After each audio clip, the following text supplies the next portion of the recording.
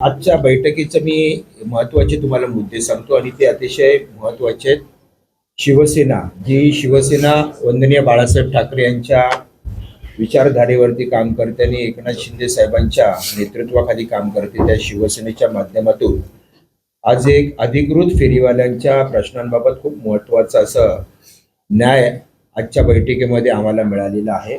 मुंबई महानगरपालिकेचे आयुक्त अश्विनी भिडे यांच्यासोबत जी आमची बैठक झाली त्याच्यामध्ये आमची सगळ्यांची नेत्यांची ही मागणी होती आणि ती महायुतीतर्फेही होते की मुंबई शहरामध्ये असणारे जवळजवळ नोंदणीकृत 99,435 हे एवढे जे फेरीवाले आहेत यांना आपण मुंबई शहरामध्ये सर्वोच्च न्यायालयाने जिथे 20 जागा सांगितलेल्या जिथे फेरीवाले बसता कामा नयेत ते सोडून अन्य ठिकाणी बसण्याचा अधिकार आपण द्यावा, ही आमची प्रमुख मागणी होती. त्या मागणीच्या संदर्भामध्ये प्रशासनाने, आयुक्ताने आणि अतिरिक्त आयुक्त विपिन शर्मा यांनी उत्तर देताना सांगितलं की आम्ही 10 जूनला हे ओळखपत्र, नोंदणीकृत फेरीवाले असल्याचं ओळखपत्र ह्या सर्व लोकांना देणार आहोत आणि ते फेरीवाले ज्या ज्या वॉर्डाच्या अधिकार क्षेत्रामध्ये येतात त्या त्या वॉर्डमध्ये त्यांना ही ओळखपत्र दिली जाते.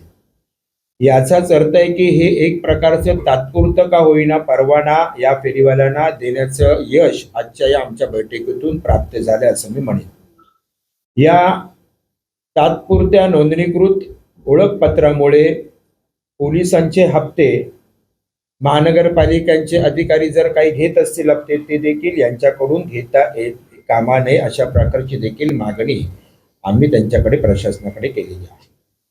राहिला मधला जो काळ आहे, या मधल्या काळामध्ये जोपर्यंत टाउन वेंडिंग कमिटीची स्थापना आता प्रगती प्रथावरती आहे आणि त्याच्यामध्ये काही अशासकीय सदस्यांचा भरणा करायचा आहे, ती झाल्याच्या नंतर ही टाउन वेंडिंग समिती गठीत होईल आणि ती त्यांच्या सर्वोच्च न्यायालयाने त्यांना जी काही गाईडलाईन दिले त्याप्रमाणे, तसेच महाराष्ट्र शासन त्यांना जे काही गाईडलाईन देईल त्याप्रमाणे मुंबई शहरामध्ये फेरीवाला धोरणावरती ती काम करेल. या एवढ्या कालावधीमध्ये आमच्या या मुंबई शहरातील अधिकृत फेरीवाल्यांना आपण प्रोटेक्ट करावं ही मागणी आमची मूळ होती. ती साध्य झालेली आहे. फक्त यासाठी 10 तारखेचा पर्यंत आपल्या फेरीवाल्यांना वाट बघावी लागणार आणि आम्ही फेरीवाल्यांना, निरुपम साहेबांनी आणि आम्ही त्यांना विनंती केली की अजूनही आपण एक 10 ते 12 दिवस आपण थांबावं, कारण ह्या सगळ्यांचं पोट जे आहे ते हातावरती आहे. दररोजचा धंदा करून, विक्री करून हे आपला पैसा कमवतात आणि आपलं घर चालवतात. त्यामुळे हे शेवटच्या 10-12 दिवसामध्ये मुंबई शहरामध्ये हा त्यांचा प्रश्न संपुष्टात येईल आणि मुंबई शहरामध्ये काही महिन्यांच्या नंतर टाउन वेंडिंग समितीचं काम सुरू झालं तर फेरीवाला बाबतचा जो प्रश्न आहे तो कायमचा तडी जाईल अशा प्रकारची आशा आम्हाला सर्वांना या ठिकाणी वाटते.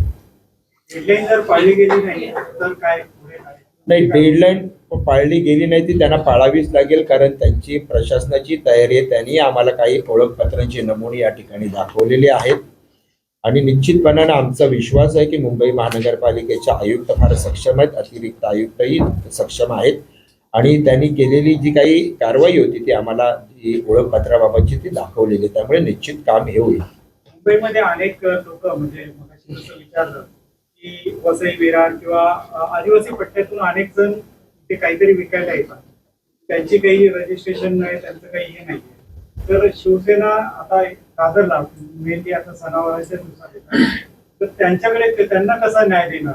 मी ह्या अधिकृत फेरीवाल्यांना न्याय देत आहे पण त्यांचंही पोट याच्यावर अवलंबून असतं, इथे येऊन ते कमवतात आणि मग त्याच्यावरती त्यांचं घर चालतं. तर यांच्याबाबत काय भूमिका आहे? नाही, जी मुंबई महानगरपालिका सर्वोच्च न्यायालयाच्या निकषानुसार जी ठोस भूमिका घेईल तीच भूमिका असणार. मग याच्यामध्ये ज्यांच्याकडे हे नोंदणीकृत ओळखपत्र असेल, जे फेरीवाले आहेत आणि ज्यांना ओळखपत्र मिळेल QR कोडचं, त्यांनाच त्या ठिकाणी 150 मीटर रेल्वे स्टेशन आणि इतर जे 20 जे स्पॉट सर्वोच्च न्यायालयाने सांगितले त्याच्या बाहेरच त्या लोकांना धंदा करायचा. याच्या पलीकडे विचारतो की जे अधिकृत नाहीये, कारण त्यांना कदाचित माहिती पण नाही की अशा प्रकारचं काहीतरी सुरू आहे, कारण ते कुठल्या तरी आदिवासी सर्वे होईल, पुन्हा सर्वे याच्या बाबतीमध्ये होईल आणि हे असे असं फुलाचे सांगा, धंदे प्रत्येक 5 वर्षानंतर टीव्हीसी करून प्रत्येक शहरामध्ये सर्वे होईल, टीव्हीसीला हाच अधिकार नवीन असतो फेरीवाला की- घेतला. कारण एकच फेरीवाला जो आहे तो कायम फेरीवाला राहत नाही, त्याची प्रगती होते, तो हॉटेल टाकतो. आता आमच्याकडे एक उदाहरण आहेच इथे, तो हॉटेल टाकतो, तो फेरीवाल्याचा धंदा बंद करतो,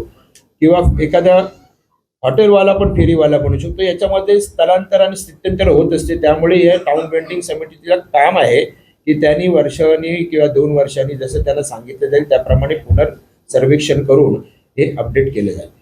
तर एक वेगळा प्रश्न होता मुंबईत पाऊस झालेला आहे, आता मान्सून 10 तारखेपर्यंत कशा आले सफाई पाहिजे तर अद्यापही पूर्ण झालेली नाहीये. त्यावेळी तुम्हाला दावा करता येईल का यंदा मुंबईत पाणी भरलं नाही की पुन्हा एकदा त्याचा फटका मुंबईकरांना बसतो?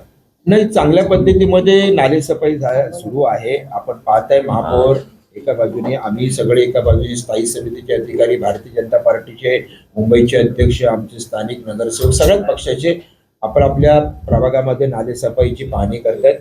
एका ठिकाणी झोन 5 मध्ये थोडेसं आपण मागे होतो, ठेकेदार उशिरा आल्या कारणाने तो देखील तिथेही काम आता प्रगतीपथावरती आहे. आणि निश्चित आपण आशा बाळगूया, आता शेवटी 2026 सारखा मुसळधार पाऊस आला तर त्याला आपणही काही करू शकत नाही, परंतु त्या दृष्टीने देखील मुंबई महानगरपालिकेने तयारी केलेली 547 ठिकाणी आपण पंप ऑलरेडी पावसाळ्याच्या पूर्वी आपण इन्स्टॉल केलेले आहेत, जेणेकरून मुंबईमध्ये पाणी तुंबणार नाही आणि नागरी मुंबईकरांना त्रास होणार नाही याचा. साहेब, काल पाऊस पडला होता, 20 सेंटीमीटरपेक्षा कमी पाऊस पडला. पूर्व उपनगरात पावसाचं जास्त होतं, पण अनेक ठिकाणी, म्हणजे मी स्वतः ड्राईव्ह करत गेलो होतो, अनेक ठिकाणी रस्त्यावर गुडघ्यापर्यंत पाणी तुंबलं होतं. अनेक ठिकाणी काल होतं.